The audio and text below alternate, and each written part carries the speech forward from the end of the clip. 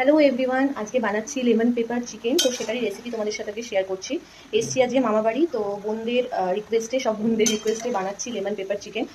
সবটা ক্যাপচার করতে পারিনি, অনেকটাই প্রিপারেশন হয়ে গেছে, তারপরে ভিডিওটা স্টার্ট করলাম। তো যেটুকু যা করছি তোমাদের সাথে শেয়ার করছি। চলো তাহলে দেখতে থাকো কীভাবে বানাচ্ছি lemon pepper chicken. Lemon chicken, তো তার জন্য এখানে 2 কেজি চিকেন নিয়েছি।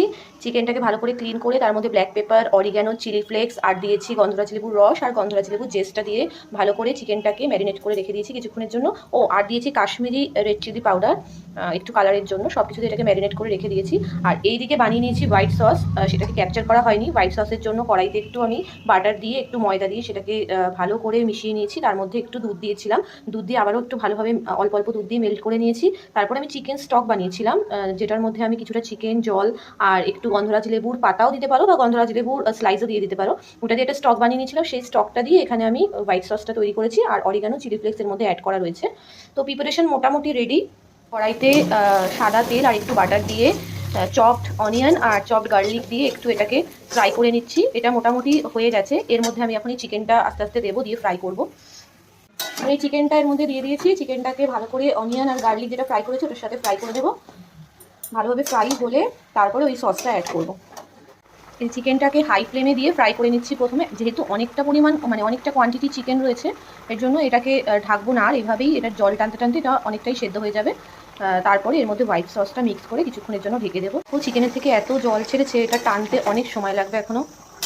তোমার মাংসের গন্ধে এসছো রান্নাঘরে? হ্যাঁ, কি ব্যাপার, কি চাই? দুধ মুড়ি হজম হয়ে গেছে? চিকেনটা ভালোভাবে ফ্রাই হয়ে গেছে, যে তেলও ছেড়ে দিয়েছে। এবার আমি এর মধ্যে হোয়াইট সসটা অ্যাড করবো। এখানে না লাইটটা অনেকটাই কম, জানি না তোমরা কতটা কি বুঝতে পারছো। দেখো ভালোভাবে চিকেনটা ফ্রাই হয়ে গেছে। যে হোয়াইট সসটা আমি বানিয়ে রেখেছিলাম এটা এবার আমি অ্যাড করছি। হোয়াইট সস দিয়ে পুরো চিকেনটার সাথে মিশিয়ে নিয়েছি। এবার এটা আমি গ্যাসের ফ্লেম একেবারে লোতে করে এটা ঢেকে দেবো। এটা হোক কিছুক্ষণ, ভালোভাবে চিকেনটা আরও সেদ্ধ হয়ে যাক, তারপরে লাস্টে কিছু জিনিস অ্যাড করে নামিয়ে নেব। ঢাকনা খুলে এরপরে এর মধ্যে দিয়ে দিলাম black pepper, lemon juice, coriander, chopped coriander, দিয়ে দিচ্ছি লেমন জেস্ট। সব কিছু ভালোভাবে মিক্স করলেই ব্যাস রেডি আমাদের লেমন পেপার চিকেন।